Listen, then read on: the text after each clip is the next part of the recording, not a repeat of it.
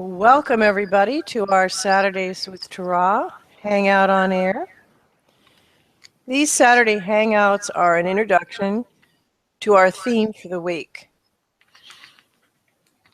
We have a call on Tuesday, Thursday, and of course Saturday. Rachel channels Thursday, I channel Tuesday, and Robin brings through Tara, channels Tara on Saturdays. And by the way, if you're wondering, if you're watching this Hangout, and you're thinking perhaps, oh, this is all written down. Is this really channeled? And we say, yes, Robin channels and types and writes it down and then listens some more and types some more and gets some inspired pictures and puts it all together. So it's quite a wonderful production between Robin and Tara. So if you see the link on your screen, for our subscription page, you can get invites to our free guest member calls, which we offer once a month or so. So we welcome you, and we welcome Robin and Tara. Welcome to this intersection between habits of thought. We are the sum of ours, you are the sum of yours. So who are we all here today? We are a gathering of habits. This one was thinking maybe we're a gathering of hobbits, but that's another version of another story. And by the way, it's an equally valid version of an equally true story, but we digress. Whether hobbit or human or non-physical entity like us, we are all a gathering of habits. We are habits of thought. And today we're talking about changing our habits, changing our intersection points, changing everything we might think of as real, changing our lives and changing our worlds.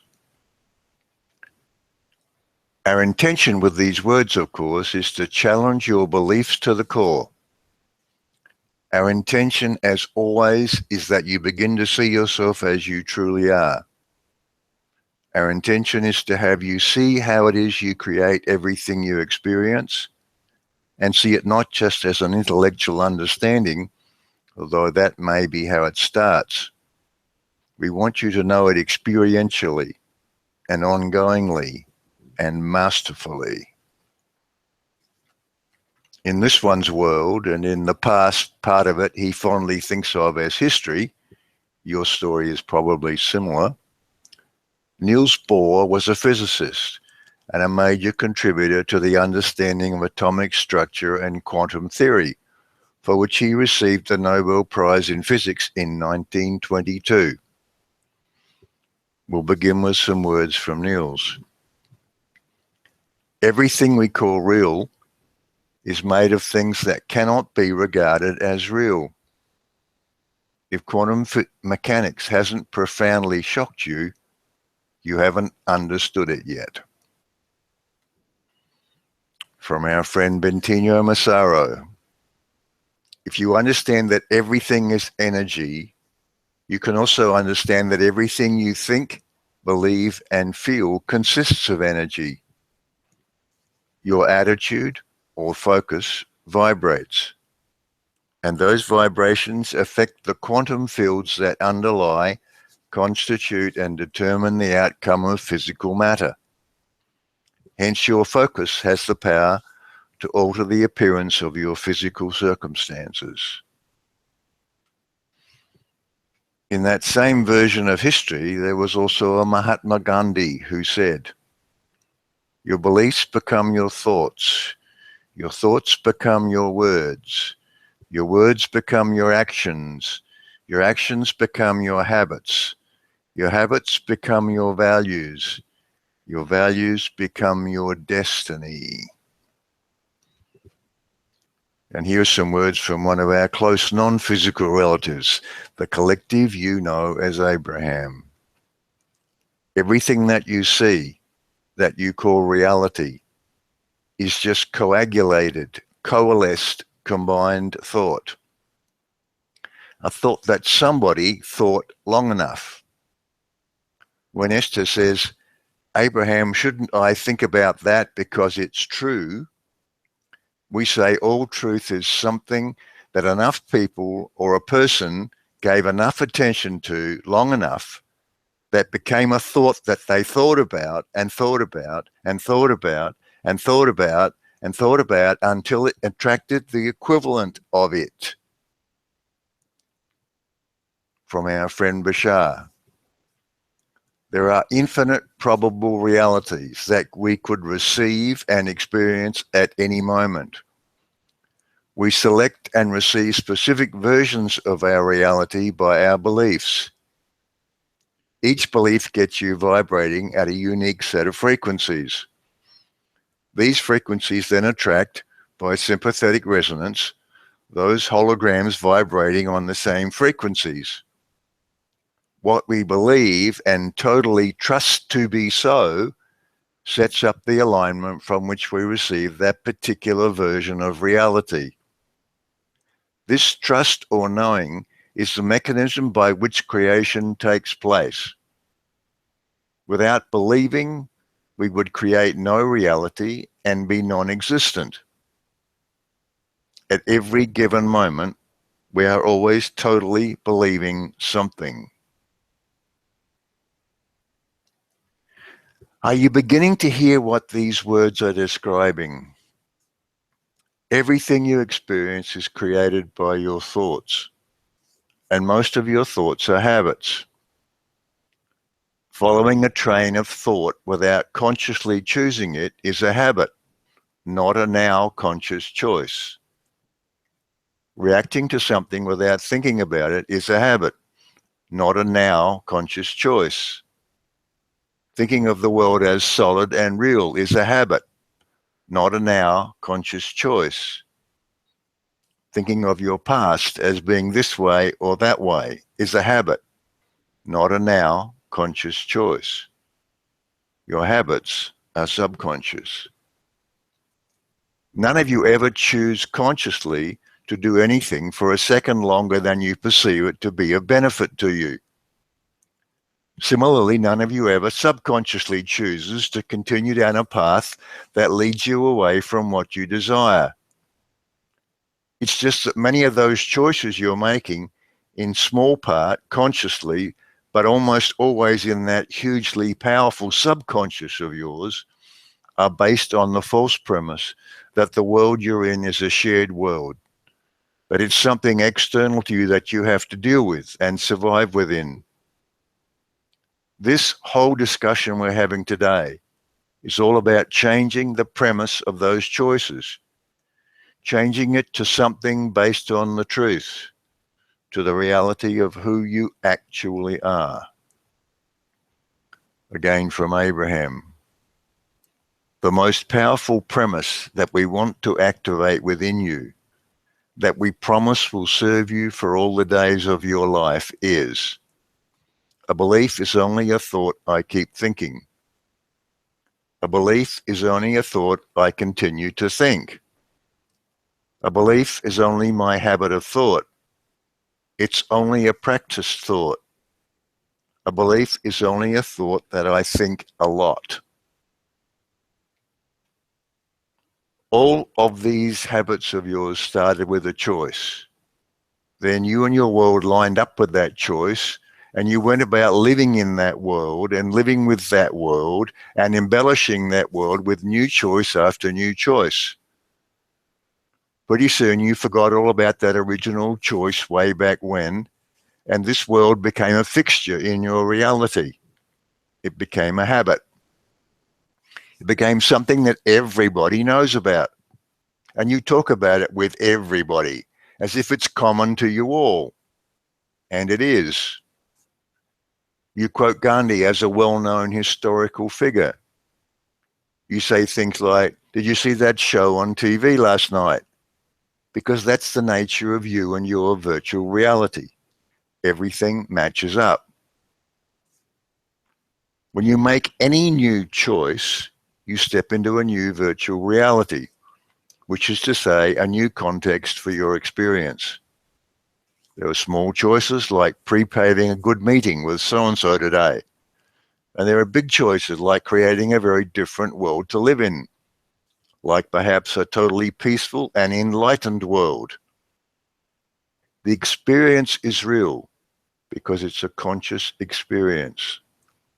The context is virtual, and everything in that context is a matching set because everything is being created from the same mold, that same set of choices. So what's in this everything we're talking about here? What's in that virtual reality? There's the consciousness that's you. There's the physical you and the physical world that surrounds you. There's the non-physical or spiritual or energy world or realm or whatever you choose to call it. All of those things are unique to you and being created by you moment by moment. Let's start with the really big and fundamental choice, your consciousness. It has a certain shape. It has a conscious you, a thinking you, a choosing you. It's like a foreground, low-speed processor that focuses mostly on one subject at a time. And it has a subconscious you, like a high-speed background processor, which makes almost all the decisions. You made choices and trained it to make those same choices again and again, so you don't have to make them again. Those are your habits. This is where the definition of everything is stored. Can you see that you're not only creating what's in that store, you're creating the store itself? Perhaps you've never thought about the shape of that consciousness of yours. Perhaps you've never thought about your consciousness being any different than you are now. What does a fish know about water? Until the fish leaves the water, it knows nothing about it because it has no perspective. So it is with you and the shape of your consciousness. Until you step outside the confines of that particular shape, you see it as the only way a consciousness can be. As an exercise here, let's just imagine it differently here for just a minute. Be like a fish leaving the water. Take off your virtual reality headset for a minute. Think about what it would be like to see across space and time. And if you can get an idea of that, then think of being able to perceive yourself without space and time at all. What if you could comprehend any realm at any time, or all realms and all times at once? It's the equivalent of perceiving and comprehending and enjoying every second of your life at once. This greatly expanded consciousness is where you are headed when you transition. Then you will be more like us. But we cannot experience creating as you do in this particular context, in this particular way. That's why you made that big initial choice to think differently. And that choice was the beginning. Then along comes what we have in the past called your physical and non-physical stuff, your body and the world around you, and your spiritual world. Of course, that word physical reinforces the idea that it's somehow solid and permanent, and it isn't. And describing your physical and non-physical words as somehow two distinct and separate things is also a distortion. So let's call this the virtual you and your virtual worlds. And here you are, sitting with your headset on, immersed in this fascinating and absorbing and exciting world you've constructed. We were asked this week, but how can I not believe in aging when how my hands look is so much in front of me? And we said, can you imagine your hands looking younger? And the answer was yes. Then we said, then spend more time in that image than you do in the image of so-called reality. Practice that new version. Then the next question was, what will my friends say about my hands when they look younger? Now notice what was happening here. This was a good question because it was starting to anticipate a new reality. And we say, your friends will say whatever you choose to expect they will say. Let's look at some possibilities. In one version of that new reality, her friends would be very complimentary and want to know how she does it. In another version, nobody would be aging in that way, so she would be completely normal in a more generally new version of the world. In yet another version of the world, the law of attraction is taught in grade school. Everybody just knows this stuff. And there's a one-world society, like today's flat earth society, for those weirdos that still believe they live in a shared physical world. There are infinite possible versions, and you will pick between them as you do now, by what you choose to believe and expect. So here's where we're going. All of this is to help you with that perspective we talked about. It takes a new focus. But what on earth is more important than creating what you want? Nothing, because that's why you're here. Take this knowledge and make a new habit of building it into a habit of its own. Find your own way, whatever it is, of making this awareness of who you are an ever-present part of you. Whatever processes are working for you now, build this awareness into them. Let your subconscious know that whenever you're heading into upstream, feel-bad territory, that it's time right then and there to pass control back to you for a new choice. Again from Bentigno. When you feel good, it means that your vibratory field is aligning itself, synthesizing, harmonizing with the deeper vibrational fields, truths, laws of existence itself. Your vibrations start to match that of higher levels of reality and consciousness. In other words, when you focus on things and focus on them in a way that makes your being feel truly good and expanded, those good feeling states are the body's translation of how in sync you are with the totality of the universe. The better you feel, the more truthful and in alignment with the totality of life you literally are. Do you get this stuff about feeling good? When you want something but you choose to hold beliefs that take you away from that, that bad habit belief keeps you apart from that which you want. It feels bad.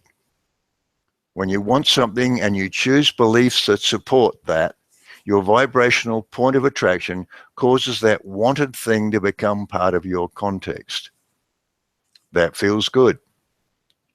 When you want something, but there are fears or doubts, or you believe it's impossible, then you cannot intersect with anything close to what you want. It's simply a choice you make. We say, if you've decided there's something you want, don't spend a lifetime struggling and out of alignment. Go for it. Make a new choice. We say, give up on the how my hands look is so much in front of me. Give up on the I want it, but I can't stop thinking about what's real. I can't escape from reality. Whatever you declare about your reality becomes your reality.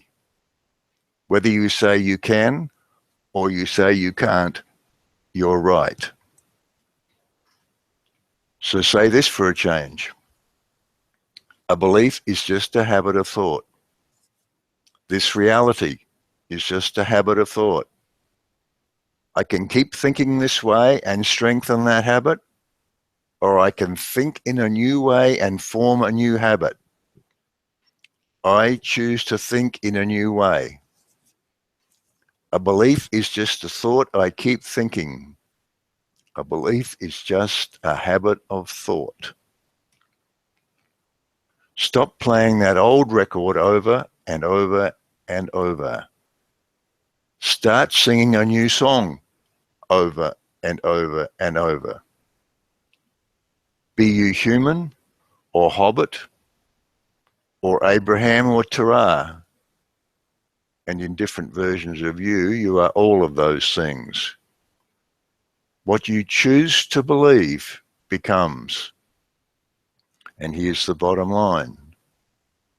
As you practice new thoughts, you develop new feel-good habits, and you step into that new feel-good version of reality, and things just get easier. When you have that hugely powerful subconscious of yours helping you and not hindering you, you'll get a whole new appreciation for what we mean when we say, the better it gets, the better it gets.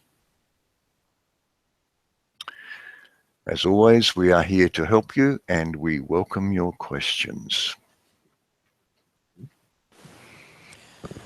This Hangout on Air was our introduction to the theme for the week. If you're a guest member, you already get invites to our free open calls. If you're on the Hangout on Air or watching the Hangout recording, you can get invites to our extended free open calls by becoming a guest member. See the link on your screen. And if you'd like to really start to get this down deep, you can become a member and get 3 extended calls with questions and answers from you by seeing the link on your screen and becoming a member. See the pop-ups. All right.